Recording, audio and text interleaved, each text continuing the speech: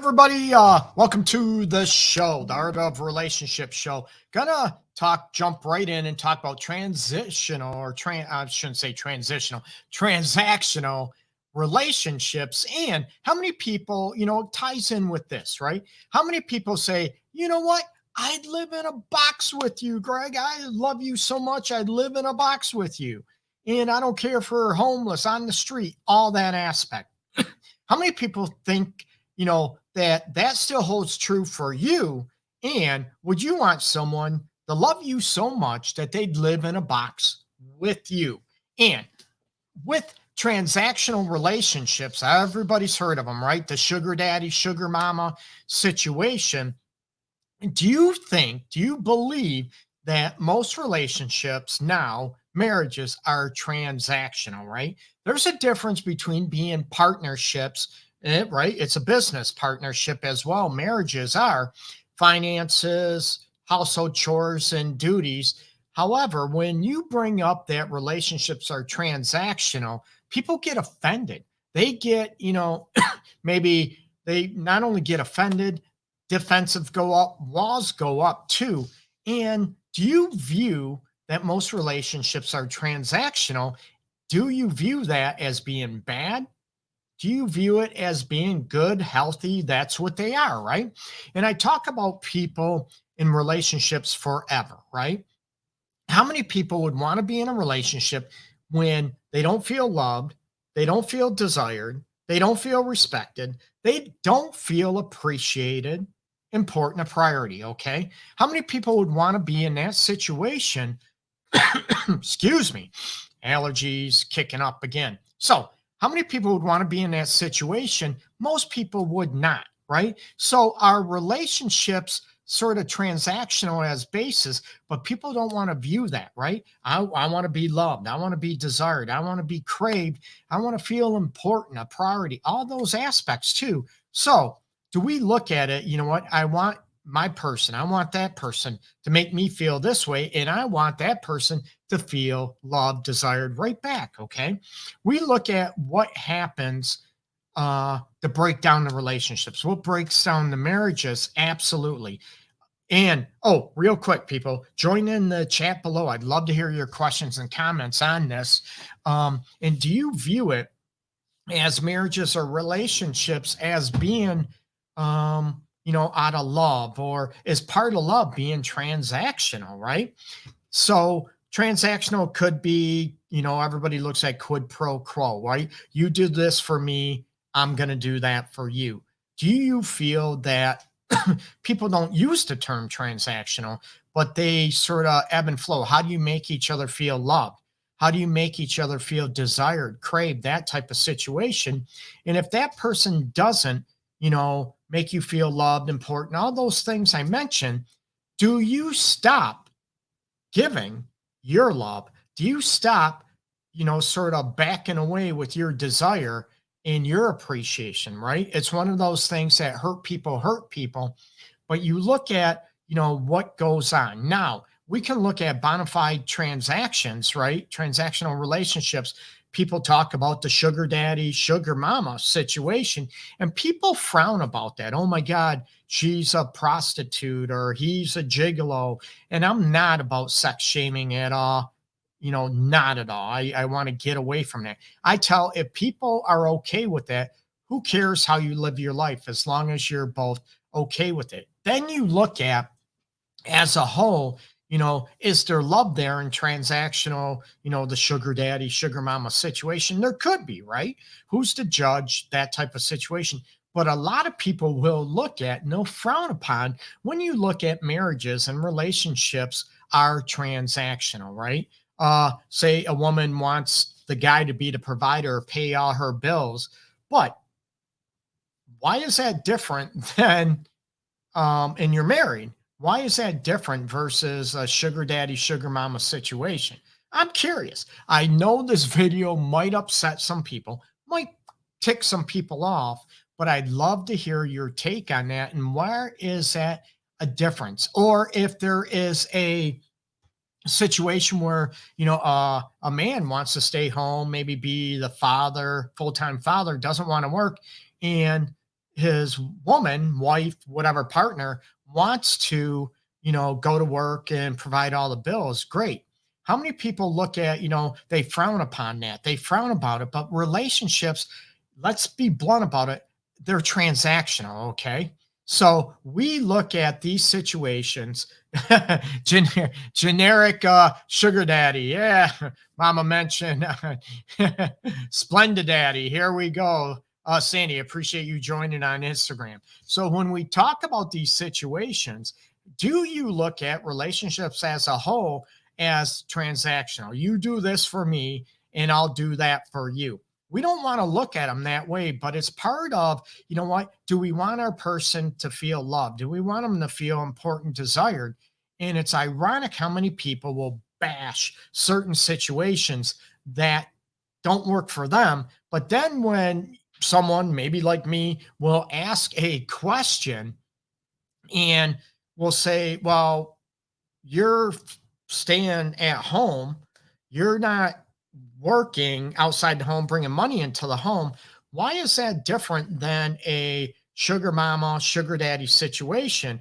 And people get pissed. They get upset. How dare you? We love each other. I get that. That's okay. But is that any different because you are married or living together and having your bills taken care of? Or somebody is providing, taken care of, and part of the deal is sexual gratification, sexual favors, if you will. And a lot of people will bash and just go off rip because of maybe ego, because of pride, and they don't want to view themselves as being transactional in a relationship, right? You do this for me, I do that for you. I'm all about love. Let me point that out. I'm all about love. I'm all about mutual respect. I'm all about a partnership. I'm all about that. I'm a huge romantic. If I'm with the right person, let's be real. Okay. I'm a huge romantic. I want that person to feel special, important, whatever. But if I don't in the needs I want, it's going to come to a point where I want to look at myself. What am I doing? What am I not doing to make my person feel loved, desired, appreciated, respected? But it comes to a point where if I don't feel those things back or what's important to me, I'm going to stop. Right now, you look at it. I'm not advising that you stop or anything like that, but I think it's human nature that if we're not getting our needs met in a relationship, in any type of relationship, we're going to feel miserable. We're going to feel depressed. We're not going to feel loved. So we distance ourselves, right? And we look at that, is that really, a transactional relationship? Is this like, okay, you do this and I'll do that? Every relationship is different. Every marriage is different. And it's what works for you out there. And it's not up to me to decide society, race, culture, religion, God, no. No, it's up to you to decide what works for you. So when you look at, how many people, well, if you do this, I'll take care of that. They're in a way, people don't use the term transactional because it seems more business-like. It seems more harsh and cold and not out of love. But hear me out, okay? Because you have, relationships and marriages are transactional, doesn't mean you don't have love there. That doesn't mean you don't care for that person. That doesn't mean you don't feel compassionate or concern or you want what's best for your partner. Not at all.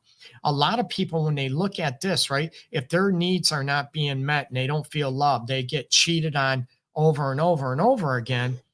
You look at, are you going to stay in that relationship? Some people do, some don't. Again, no judgment or bias. And some people are looking at, well, I get the heck out of there. I get out of there. Well, does that mean you're leaving a relationship because your needs are not getting met? You're not getting treated the way you deserve and want to be loved. So let's be honest. Would that be sort of transactional based? Right? I know people look at me. I might be thinking, oh, you're a jerk, Greg, you're this or that. But relationships and marriages, I think forever and ever have been somewhat transactional in nature. And like I said, I'm all about love. And that does not mean we don't love that person. But when we look at our transactions, our behaviors, how we treat one another, isn't love transactional? And a lot of people look at, is this a selfish way of looking at this, or is this a reality in what really works for a relationship, right? A lot of people might be doing a bunch of stuff for that for you. Maybe you're doing a bunch of stuff for your person. But if it's not working for you, you still won't feel loved. You won't feel desired. You won't feel important about what works best for you. And there's so many people that, don't want to be alone. So they'll tolerate or put up with certain situations like being in a poly relationship. They really don't want a poly relationship, but they don't want to lose that other person. Okay. So they put up with it. They look at that and they look at, what am I getting out of that relationship that works for me? It could be our hearts, our soul are fulfilled mostly. But again, we look at what we get out of a relationship. And if you want to look at this as being selfish, I get it. It's okay. I'm all about self love and self respect. And part of that is looking at, if that person doesn't show us those transactions, okay? Those transactions, if they don't show us what is important to me or you, we're not going to feel love. We're not going to feel special. So what's going to happen? That relationship, chances are, or marriage will end. It'll reach its demise. So when you look at, transactional aspects, I don't want you to always look at a negative facet, okay? It's looking at, how do you look at your love life? How do you show your person you love them, adore them, cherish them, okay? Nothing's perfect, but looking at, part of them are by showing that person, by showing them, maybe verbal expression, maybe telling them. Great, terrific, okay? Woo. Excuse me. Those are transactions, right? So when a lot of people look at transactional relationships, they jump to sugar daddy, sugar mama situations, or a generic sugar, sugar daddy or Splenda daddy that was mentioned earlier. That can be transactional. Oh, you go with me, meet up with me, go out to dinner with me, have sex with me, and I'll pay your rent. And a lot of people look at, oh my God, she is a prostitute. She's a sex worker. No shaming. We need to stop. Women need to stop shaming that. And I look at, are you just jealous that you're not having that arrangement? But actually, if you are married, living with someone, and having all your bills paid for, what is the difference, right? But a lot of people don't want to look at that because they feel shame. They feel maybe embarrassed. But in reality, what is the difference? Let's be honest, right? What is the difference? Or say a gentleman is being taken care of by a woman or his partner. The same thing, right?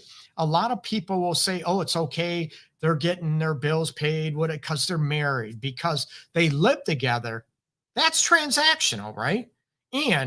But they'll bash somebody for having a economic transactional relationship deal going on. And they say that's not real love. That's not real. Well, maybe it is.